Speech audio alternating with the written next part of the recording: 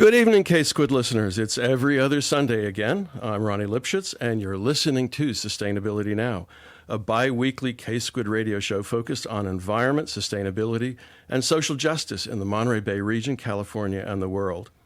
Tonight, we're going to talk about insects. Have you ever wondered what all those bugs are doing in your garden? Today, we're going to find out. My guest is Azucena Lucatero, a third-year PhD student in Dr. Stacy Philpott's lab at UC Santa Cruz.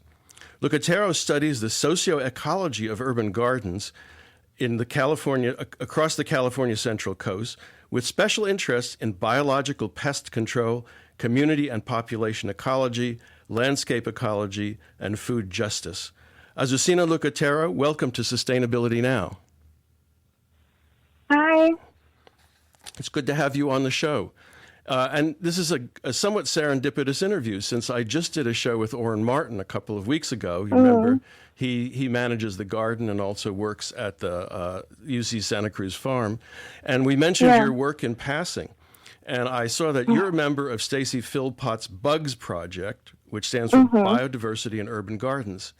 And somewhere I came up with a notion of the socio-ecology of insects in urban gardens, and maybe that was from you. So at any rate, why don't we start? Can you tell us what BUGS is and how it got started? Yeah, so you got it exactly right. BUGS stands for Biodiversity in Urban Gardens, and that's what we investigate in a nutshell. It's the now 7 or 8 year project that my advisor, Stacy Philpott, started.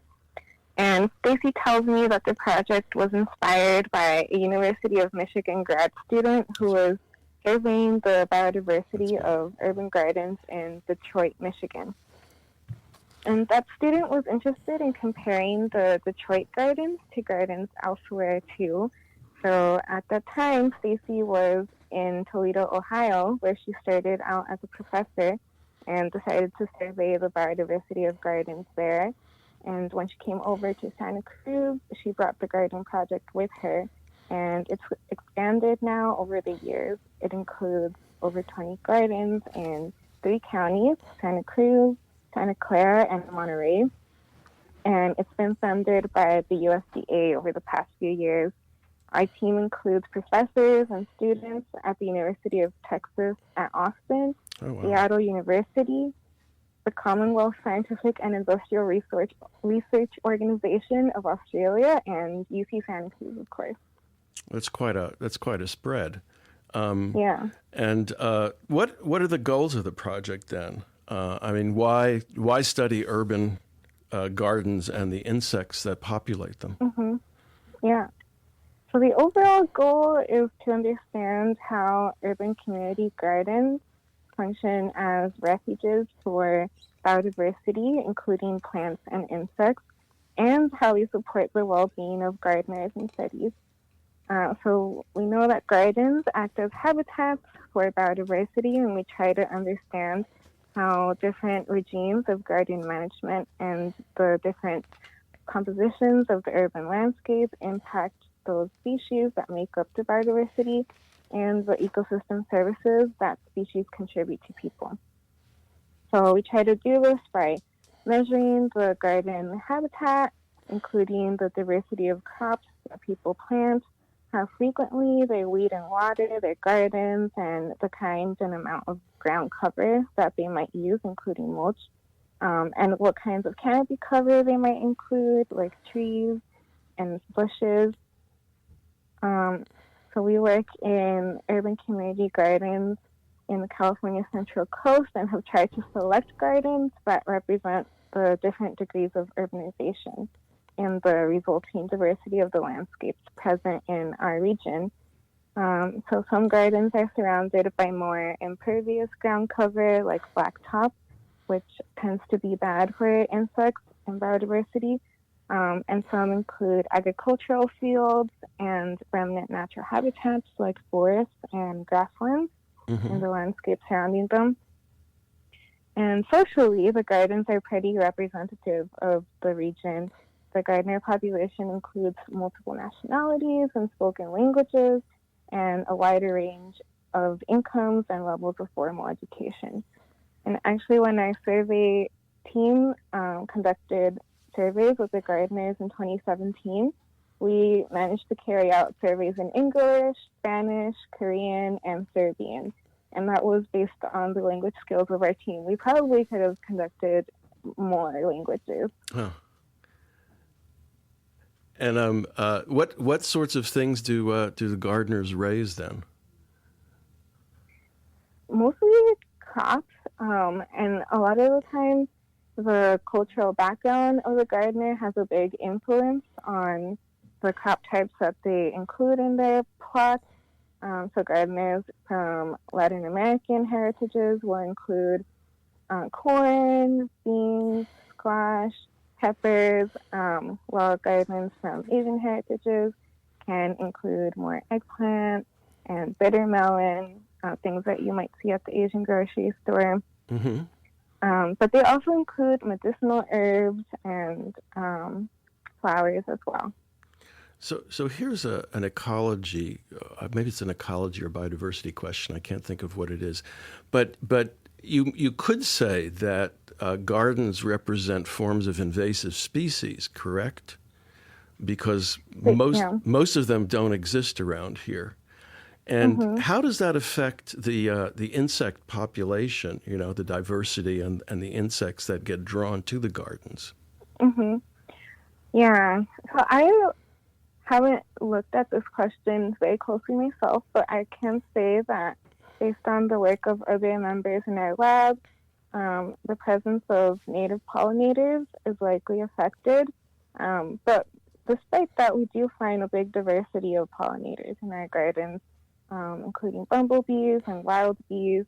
So while gardens do include many non-native plant species, they might function as novel habitats that support existing species and probably do support species that are non-native as well.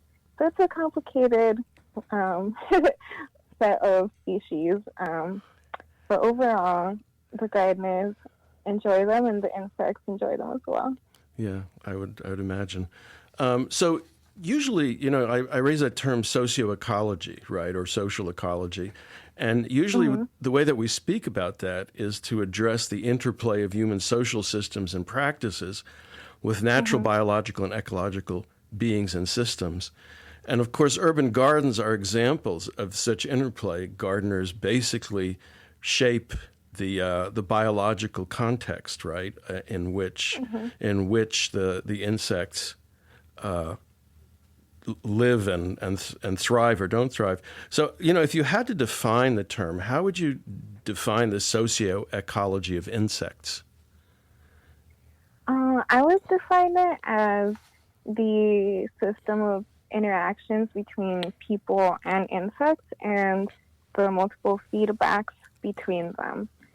So in the gardens, I like to think about them as made up of interactions between species, including people whose management decisions shape the garden habitat. Right. And starting very simply, people plant crops, which attracts insects. And those insects that colonize the garden can be species that are beneficial, like pollinators, or species that gardeners want on their crops, like herbivorous pests. And so, thankfully, there are natural enemies of the pests that are also attracted to the gardens. And the natural enemies are the predators of pest species that naturally, through their hunting and feeding strategies, help keep the herbivore populations in check. And we call this ecosystem service biological pest control. So that's what I'm talking about. In the gardens, Go ahead. I didn't mean to interrupt you.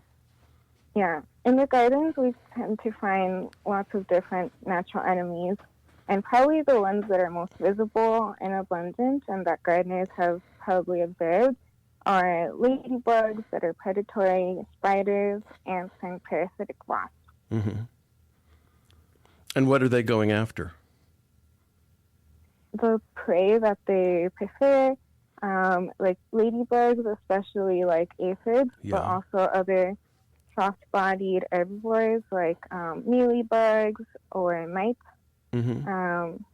These are pretty gentle, and they catch a little bit of everything in their webs, or maybe some of them hunt along the ground and don't use webs as much.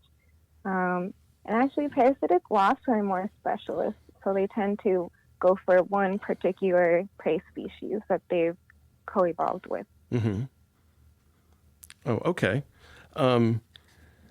Well, let's switch the topic now and talk a little bit about you. What motivated you to come to environmental studies at UCSC? Mm-hmm. Yeah, so the short answer is that I came to UCSC because of my advisor, Dr. Stacy Philpott. And the longer answer is that UCSC ticked off the 3 main boxes that I was considering when I was making my grad school decision. And those were a good match with the advisor, how possible it was to do interdisciplinary research, and how supportive the environment was for students of color. Mm-hmm, mm-hmm. And I actually heard about Stacy and UCSC's program through an undergrad mentor of mine named Teresa Ong. And I worked with her as part of a summer research opportunity I did at the University of Michigan. And when I was there, my mentor, Teresa, was a graduate student doing urban agroecology research in the gardens of Ann Arbor, Michigan. Uh-huh. And through her, I developed an interest in agroecology that persisted over time. And it was Teresa that suggested, when I was looking up graduate programs, that I consider working with Stacy. And Stacy was advised by the same PhD advisor as Teresa, so I would be staying in the same academic family with a similar approach towards studying agroecology, which is focused on insects and the ecology of agricultural systems, are informed by an understanding of the social and political dimensions of those systems, and also invested in just outcomes for the growers. Mm-hmm. And then when I visited Stacy's lab, her students told me how wonderful she was as an advisor, and I got a sense of that myself too. And I was encouraged by the fact that Stacy's students were diverse and included women of color who were very happy with her. And that's always a good sign that an advisor is aware of the demographic disparities in academia and their field of study specifically, and more than that she's doing something to change that. Mm-hmm. So for all of those reasons, I came to UC Santa Cruz. Did you consider any place else, or were you targeted only at UC Santa Cruz? I'm just curious about that. Yeah, so I applied to 7 programs in total. Okay. Most of them were single discipline programs. Yeah. Ecological science programs. Yeah. And my top contenders ended up being UC Santa Cruz and the Frontiers Master's Program at the University of Michigan. Mm-hmm. And it was a tough choice, but ultimately I wanted to do interdisciplinary research and work in the urban setting. And Stacy was a great match, and I'm happy with where I ended up. Well, certainly, I know from experience, it's certainly possible to do interdisciplinary work in environmental studies and across the campus more generally. We need to take a short break. So you're listening to KSQD 90.7 FM and ksqd.org, streaming on the internet. You're listening to Sustainability Now. I'm Ronnie Lipschutz, and my guest today is Azucena Lucatero, a third-year PhD student at UC Santa Cruz, who studies, among other things, the social ecology of insects in urban gardens. So let's talk about your PhD research. So what are you focused on in your doctoral research, and what does that involve in terms of, I guess, going out into the field? Yeah. So my PhD research focuses on the fundamental interactions that I've been telling you about required to maintain biological pest control in the urban garden. So those are the interactions between people, plants, and insects. And I study these interactions mainly by conducting fieldwork, where I survey the vegetation, the ground cover, and the insect community in the gardens. We also measure predation in the gardens through field experiments. So we do this by bringing in what we call sentinel plants, kind of like the canary in the coal mine. Huh. And for us, they're the potted plants that we grow in the greenhouse. And we then bring them into the garden and place prey items on them. You place what on them? Prey items, Uh-huh. like we've used in the past aphids and moth eggs Oh, I to see. I see. simulate the presence of herbivores. Uh-huh. Okay. Okay. Hmm. So we bring those sentinel plants into the gardens and then leave them overnight. We cover half of them with a fine mesh, like bridal veil almost, Mm-hmm. to exclude the natural enemies so that they can't access the herbivores inside. And then the other half, we leave them unwrapped so that the natural enemies can access the prey. Then we come back, pick them up, count the number of prey items on the plants with clickers. We actually count them twice, when we drop them off and then again when we pick them up. And the difference in the number of prey items before and after the plants spend time in the garden tells us how many prey have been removed and gives us an estimate of the level of predation that the natural enemies in the garden provide. So that's a taste of the ecological aspect of my research. The social science aspect involves interacting with the gardeners and conducting interviews with them on their gardening practices and ecological knowledge of the biodiversity in their gardens. That part actually hasn't happened for me yet. I'm planning to carry it out over the summer. But in short, every gardener makes observations of the nature in their gardens, and their accumulation of those observations in a particular place over time is called local ecological knowledge. Mm-hmm. So I'm interested in learning about the different kinds of local ecological knowledge that gardeners have as a precursor to their interactions with the biodiversity in the garden.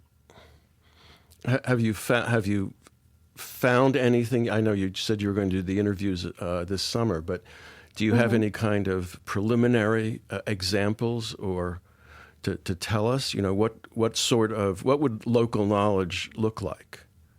Mm-hmm.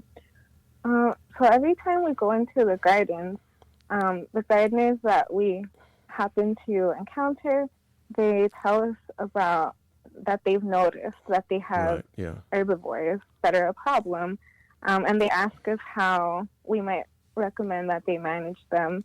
And we don't always have a precise answer, but the fact that they're noticing, that is a first step to figuring out what this herbivore is doing, and maybe what other insects are interacting with it through predation. And noticing is really the basic element of local ecological knowledge. Yeah. Do you give them recommendations about what to do, or do you just explain to them what's going on? Well, first of all, I preface by telling them that they absolutely know more than I do about what's happening in their gardens. But I do provide some general guidelines. Like I typically recommend that they consider growing more flowers, which tend to provide alternative resources for the predators, because besides prey, they also need habitat for nesting and foraging. And a lot of the natural enemies also feed off of the nectar of flowers. Yeah. So flowers are always a good thing to include in their gardens. They might also, gardens already have a leg up with plant diversity, but diversifying their crops can help. That tends to be associated with more natural enemies in the gardens. Those are the two major things that I always recommend. Well, so I have a sort of a trick question. It's not meant to be a trick, but if you're studying the presence of natural enemies in gardens, and you then introduce more plant species, right? Are you not sort of changing the conditions of your research project? Yeah, well, and we expect that the garden ecosystems are dynamic over time, and they change. They change almost every month, depending on what people are planting, what they've harvested, especially over the summer when the gardens are most active. And that dynamicism is part of what we're interested in capturing. So we do our vegetation surveys every time we go to the gardens, every time we're doing an experiment, so that the vegetation data we have most closely matches what's in the garden at the time. Mm-hmm. Okay. So the Bugs Project issues an annual report of its activities, and the 2019 report was just issued. You kindly sent it to me, and so I was reading through it, and I saw that some degree of garden messiness affects what kind of insects show up in gardens, and the report talked about problems with mulching. And so I wonder if you could talk about that, about the idea of messiness as opposed to order in gardens, and how that, helps bring in natural enemies. Yeah. So messiness we think about in multiple ways. It can be allowing more weeds to exist in your garden, which increases the amount of vegetation diversity in your garden. And typically that provides more habitat structure and resources, so we consider it a good thing. And we've looked at it in a few different ways in the gardens. One of the things that comes up again and again is the presence of mulch, which we tend to focus on the wood chip kind. I know there's a few different types. So adding mulch into the gardens can make it look very neat and tidy, but it also changes the habitat structure of the ground and helps maintain the soil humidity in the ground. The wood chips themselves provide burrowing habitat for crawling insects that hunt on the ground, like spiders, and our work previously has found positive correlations between the mulch and spider activity and species diversity of the spiders. So mulch provides a cover for the bare soil that decreases the soil temperatures and prevents the water evaporation. And so that can be good for species like spiders that prefer microclimates that are humid and cool. But we've also found in the past that the presence of mulch correlates with less lady beetle diversity. And we don't know exactly why for the ladybugs, but it might be if eucalyptus mulch is being used, the eucalyptus oil that naturally occurs in the mulch, that's been found to repel some insects and ladybugs. They might be one of those insects repelled by it. But overall, the effect of adding the mulch is that the makeup of the species in the insect community changes. And that matters because some species are better predators than others, and some combinations of species can have a synergistic effect on the biological pest control of herbivores. If they, for example, some of them are predators that focus on the upper levels of the vegetation, and some of them focus on the ground. And together they control a larger diversity of the herbivores on the crops. But sometimes combinations of natural enemies don't work as well together. For example, if they have antagonistic interactions between them, like a larger predator preying on a smaller predator, leading to less effective biological pest control. So in short, messiness matters because it changes the types of insects that show up in the garden, and that has an effect on biological pest control. And so what sorts of messiness are best? I think I'm thinking about the recommendation to farmers, larger farmers, that they include, and maybe strawberries as well, that they include strips of grasses and things between fields, right, as a way to try and attract predators, right, on bad bugs, right? And I mean, is this the kind of thing that you mean when you talk about messiness? Yeah, messiness really means increasing the diversity of management practices in the garden. So that can look, especially on farms, Yeah. they kind of look like strips of flowers, which just are not as common in the fields of one single crop. Right. So that's a big benefit to those fields. And in gardens, which already have a lot of diversity, it can be a little trickier to figure out exactly what kind of increase might optimize the insect community if you're trying to optimize biological pest control. But we can say that in gardens that are surrounded by a more heavily urbanized landscape, those gardens are actually even more important as green spaces and refuges for the biodiversity because there just aren't as many resources for natural enemies in the surrounding landscape.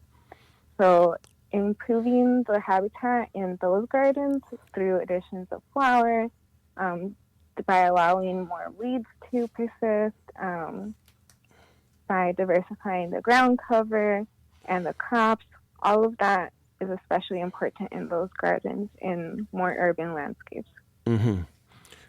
Just apropos that, I'm wondering, do you pay attention to the density of insects in these gardens, and have you noticed, or has the project noticed, any kind of secular decline in the numbers of insects that come to urban gardens?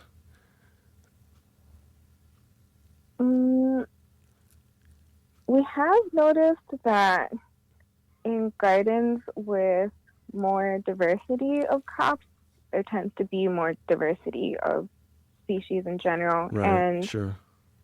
When you look at vegetation density alone, herbivores that have an abundant amount of the plant that they prefer to feed on are more abundant there, definitely.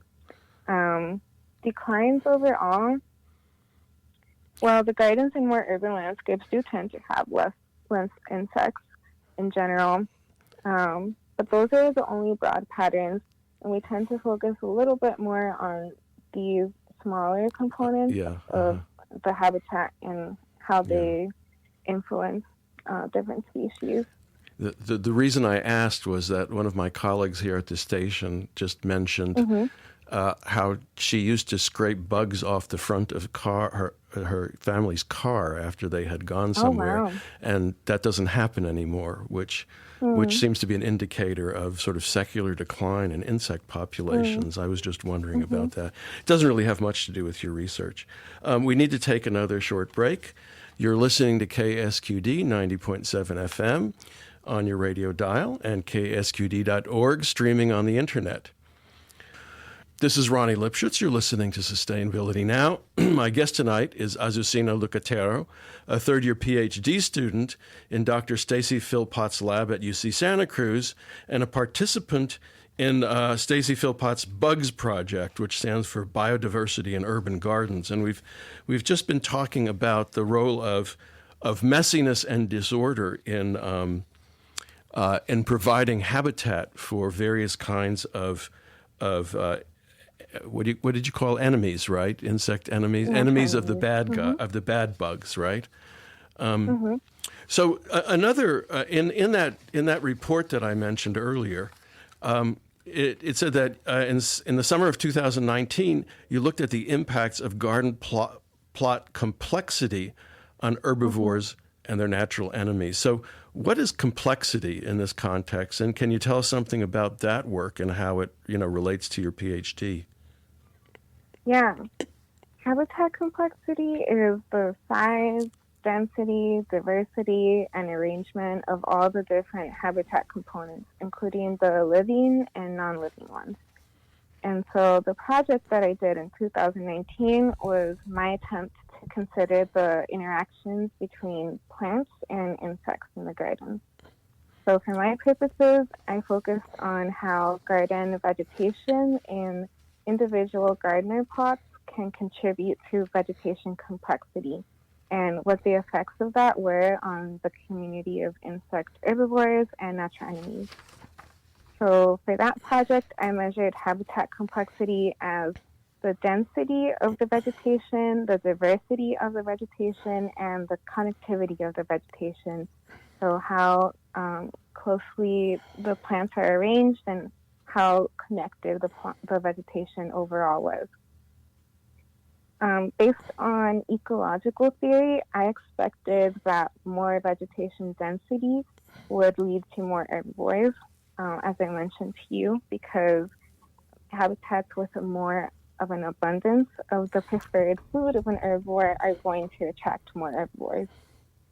And then on the other hand, I expected that vegetation diversity would lead to more natural enemies because the diverse crop assemblages tend to include a greater diversity of prey species and alternative resources, like those suitable nesting and foraging habitats, and the nectar that supports the greater diversity of natural enemies. And as far as vegetation connectivity, I expected that more connected plots would help natural enemies move around the gardener's plot and improve their ability to find and hunt their prey, which would lead to fewer herbivores. And as far as the results, I haven't finished a full analysis of the data yet, but so far I have found that more habitat complexity, including those 3 vegetation components I described, is positively correlated with the natural enemy diversity and can improve biological pest control. And I also found, sorry. Yeah. I also found that different amounts of vegetation complexity were associated with slightly different natural enemy communities, which may also impact biological pest control. So while I can't say exactly how, I can say that it is happening. So, all of us who do gardening buy seed packets, right? Or potato sets and things like that, right? And the instructions always basically say lay out a row, and I think this is a very sort of English obsession, right? The orderly garden. But when Oren was here last week, 2 weeks ago, we talked about, Alan Chadwick's biodynamic gardening and Whiskey Hill Farms down in Watsonville, who I've interviewed a couple of times, does this sort of polyculture, which is the layering of different crops at different heights. And so, and there's this question about messiness. I mean, is it really necessary to plant orderly gardens? Would a disorderly garden, say, be better in terms of predators, on plant enemies, on herbivores and the like? Have you observed any gardens like that?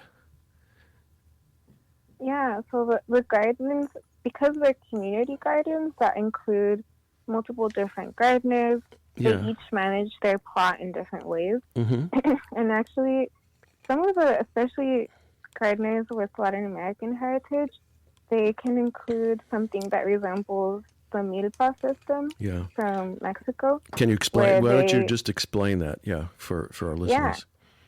Yeah, so the milpa system is a traditional system that includes corn as the grain in the system, and it's tall and provides some shade. It also includes beans, which run up the corn. The corn provides its structure for the beans to run up. And then the squash, or the beans can also provide nitrogen through the nitrogen fixation that legumes provide in the system. And the squash also benefits from the structure that the corn provides, since that one is a bushy crop that also tends to run up structures. Yeah. So this system, it's diverse, but diversity doesn't always mean better. It depends on the components of the system and how well they work together. So finding the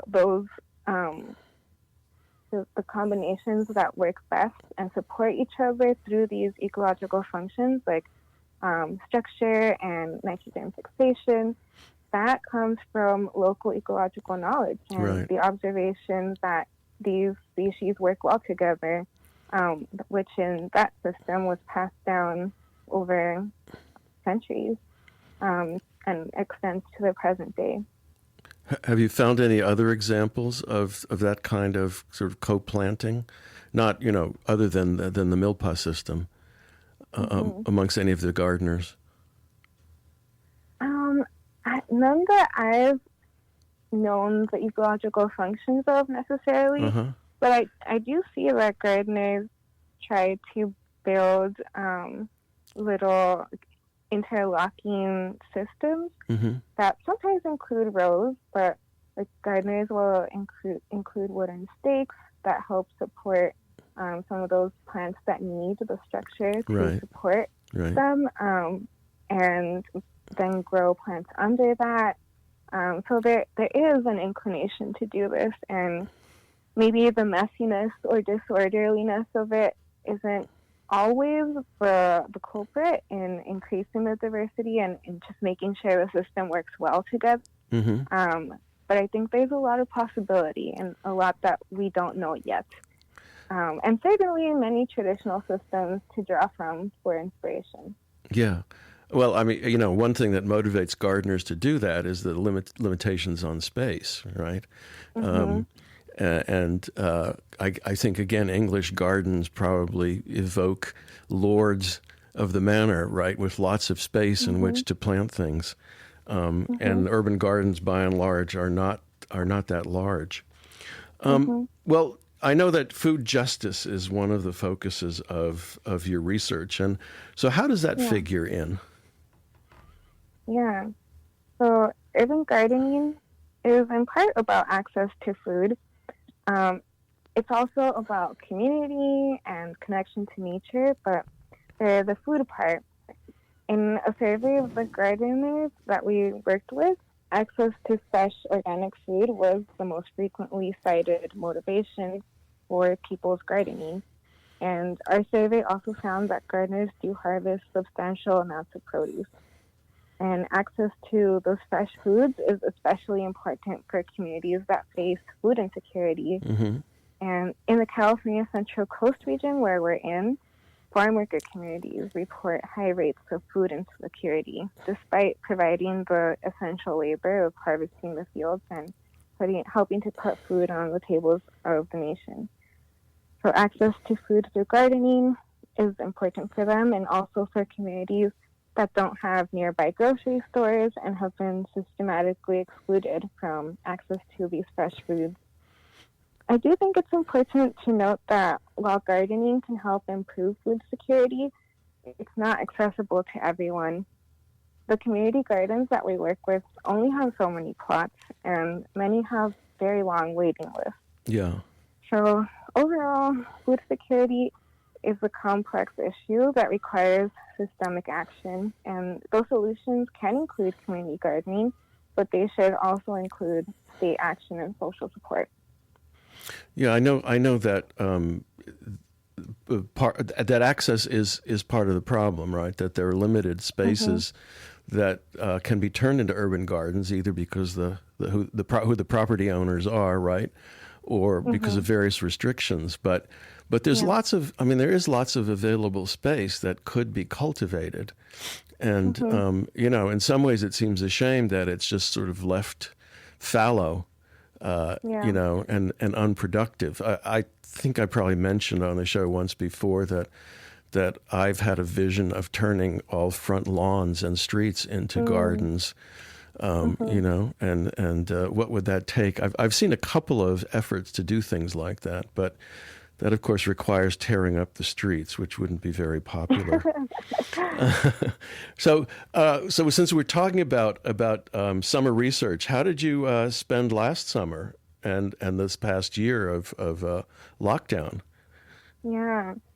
So last summer, we decided not to attempt to resume the field work in the gardens.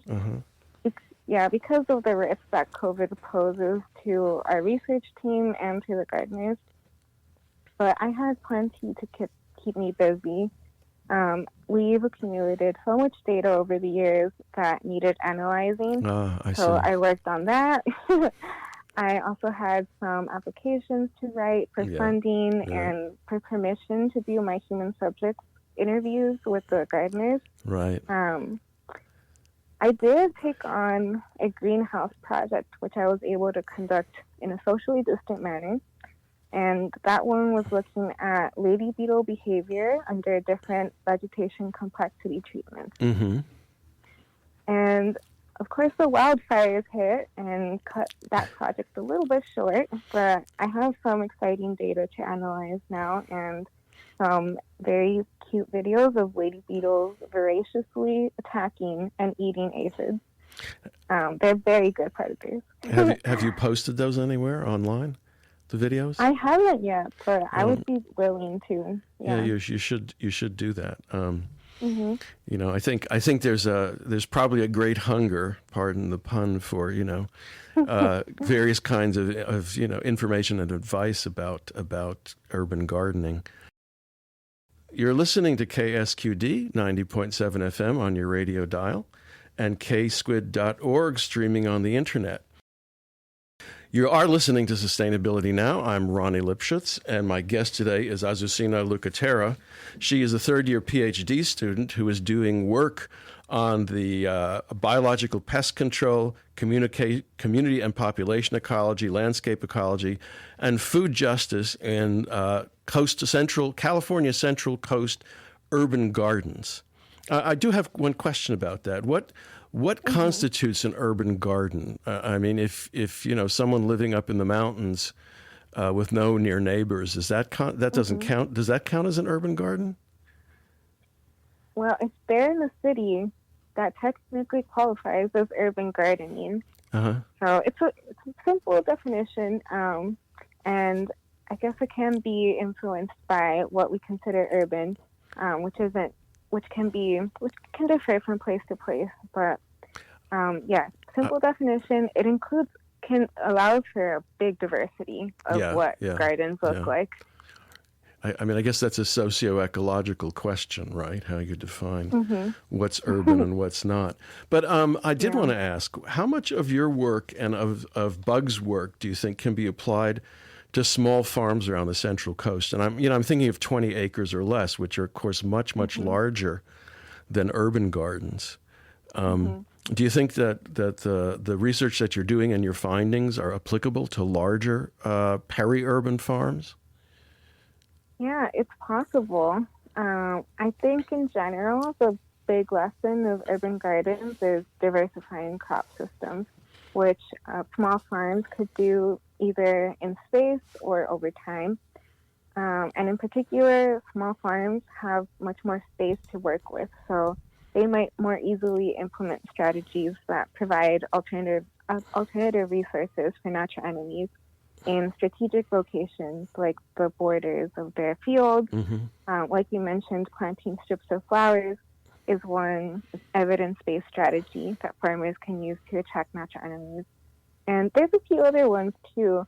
They might also consider planting plants known to repel the major herbivores of their crop, or plants that tend to trap herbivores by having them consume a plant that they really prefer and leaving their field mostly intact. Well, of course, even small farmers are motivated by markets and demand, right? They produce a few crops for which there is a demand, as opposed to being, much more diverse than the much more diverse urban gardens. Have you talked to any of these small farmers or worked with them? I'm just curious because I have an interest in farms at that scale. Yeah, I haven't talked to them myself, but I do have lab mates who are thinking about small changes under the constraints that small farmers face that they can make to attract insects. My lab mate, Suzanne Lipton, is looking at the community of dung beetles on pastures and what farmers can do to improve the diversity of dung beetles and improve the carbon storage of their fields. Right, yeah. Is anyone else in the lab doing any kind of work like that? Suzanne is the only one working in the more rural system right now. In the past, we have had students work in coffee agroforestry in Mexico. Yeah. And that's yeah. the other big component of my advisor's research. So, I'm hoping there are many urban gardeners listening to this particular broadcast. So what kinds of you've made many recommendations, but if listeners called up and said, what should we do? What kind of recommendations would you make about cultivating beneficial insects in their gardens? Yeah.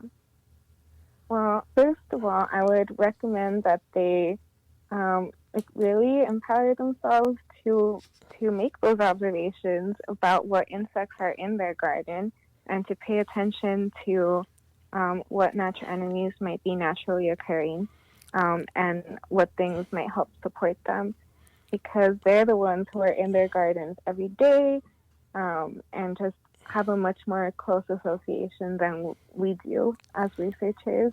But in general, I would recommend including flowers. I feel like I just keep bringing in the flowers. Yeah, sure. And sure. What kind of flowers, by the way? Kind of crops. What are the best kinds of flowers? Well, I think any kind of flower would be helpful, but in the past we've worked with alyssum and other sorts of easy to maintain flowers, especially if gardeners aren't coming to their garden as often. Flowers that are maybe easier, don't have to be watered as often, could be helpful. Yeah. And perhaps gardeners might also be interested in purchasing commercially available natural enemies and releasing them in their gardens. Ladybugs and praying mantises are pretty common in garden stores, and that could be one way to introduce more natural enemies if they're really lacking in their gardens. So I mean, in a way, what you're doing is kind of citizen science, right? And do you provide gardeners with any kind of record-keeping materials or anything like that? Not yet, but my planned project for the summer includes a photo voice component where I plan to be working with gardeners to document their gardens and the biodiversity through cameras, which most people have available on their phones. Right. Right. But I can help them arrange a camera pickup if they don't have one. And there's actually a lot of apps on our phones these days that can help us identify the species in our gardens and understand them a little better. Of course, it can be a little bit awkward gardening with a phone in your hand. I'm just thinking about, there's all this marvelous stuff available, but on the one hand, and on the other hand, it's not necessarily all that convenient in the form that it exists now. Do you have any kinds of? Are you going to develop any kinds of handbooks based on your research, on the bugs research? Advice for urban gardeners and the like? Yeah, I do hope to create a little photo gallery that I can share online. Yeah, I am, especially these days of the pandemic, I am a little bit more active on social media and would like to create materials that can be shared more easily. So it would be fun to create things that are Instagrammable. Yeah, it would be. Well, yeah, I mean, you can do little instructional videos, I suppose, and send them out over TikTok or something like that. I have to admit that this is far beyond my capabilities, being... Even TikTok is a little young for me. Is it? Oh, well, yeah. I just pull things out of the ether. Well, look, what are you going to do after you finish your PhD? Well, I would like to be a professor at a university, as I think many grad students would. I find that the mentoring component is especially compelling for me. I like helping the next generation of scholars and researchers along their paths, especially as a way to give back to my communities and just to pass forward the mentorship that I received from many, mostly women in my path. Yeah, that's right. Yeah. Yeah. And I have heard, well, that the academic job market is rough and getting rougher. So I would be open to careers that would let me do research and teach agroecology in other ways too. But I think universities are the place where that opportunity is most abundant, but the jobs can be tough. Yeah, well, I will weigh in here with my observation, which is that lots of research goes on at universities, and it doesn't often get translated onto the ground, so to speak. Right? I know that there's research going on urban gardens, but it's difficult to find good work that can really be then sort of transferred. Especially because of differences in local conditions. Have you given any thought to working for, something like a resource conservation district or agricultural organizations that are in this business of helping, gardeners and small farmers? Does that look like a possibility? And that way you can. I'm mentoring now, right? I shouldn't be doing this. I mean, that way, of course, you can translate that work into application, right? And But so anyway, I mean, that was just my. That's thoughts. always the challenge for academic work. Our output is measured in research publications, Right. which are not very accessible to the public. So it is important to think about ways that we can work outside of that box through outreach to the public. And Stacy's annual report is one way that we try to do that, but I can definitely try to work some more on that myself. Yeah, well, I do wish you luck in your work and your endeavors, and I want to thank you for being my guest on Sustainability Now. I think thank you for inviting me. It's been a very informative and educational show. So if you gardeners out there want to find out more about biodiversity in urban gardens, you can visit www.urbangardenecology.com, which is the specific website of the Bugs Project. And from there, of course, you can go in all kinds of different directions to read about research and other things related to the project.